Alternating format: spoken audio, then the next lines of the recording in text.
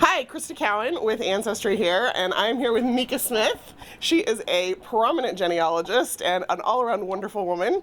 And last year, she and I discovered that we are cousins. Yes, we are. So basically what happened was Crista had her mom spit in a tube, and I spit in a tube, and I was going through my results, and I'm looking through the list, and I'm like, oh, okay, I'm seeing names, and all of a sudden I see Cowan. And I said, wait a minute.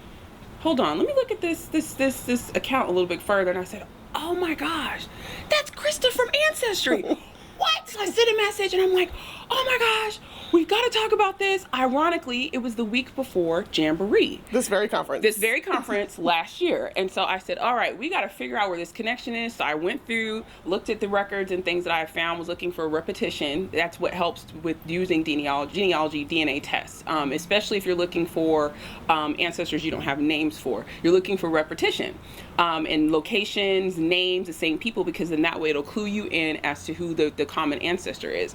And so I came with my list. I said, all right, I think it's these people. And she's like, all right, we're going to look at it. And so we've been progressively kind of checking it out, but she may have cracked the case at this point. I may have. So it's been a year, right? And Nicka and I knew each other from Facebook, but we'd never met in person until last Jamboree, when she came running up to me with the list of names from AncestryDNA.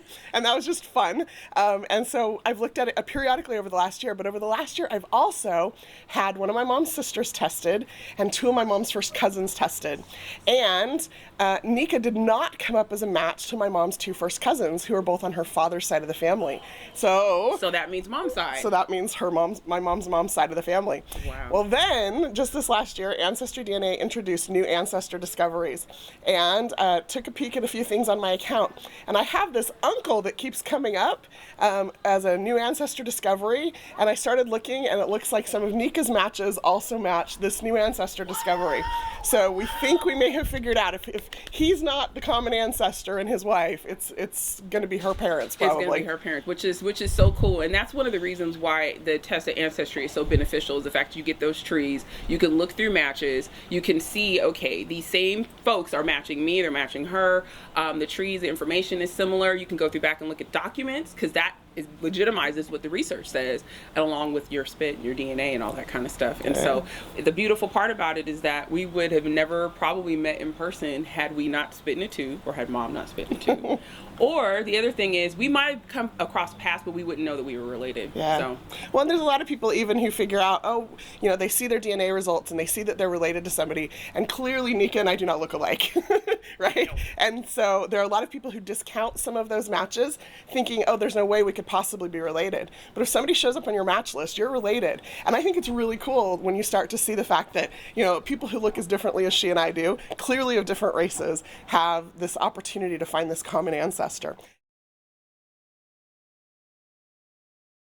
So basically what happened was, I had my mom tested, and my father's deceased, so based on her results I was able to kind of see what fed into her ancestry, and I discovered that my maternal grandfather had a sizable amount of European ancestry. In fact, it was more European ancestry than African ancestry. Wow. And that's actually not a unique story to just my family. A lot of African American people are finding out that they have a large percentage of European ancestry that they didn't even know about, and with that comes a slew of cousins, including ta-da!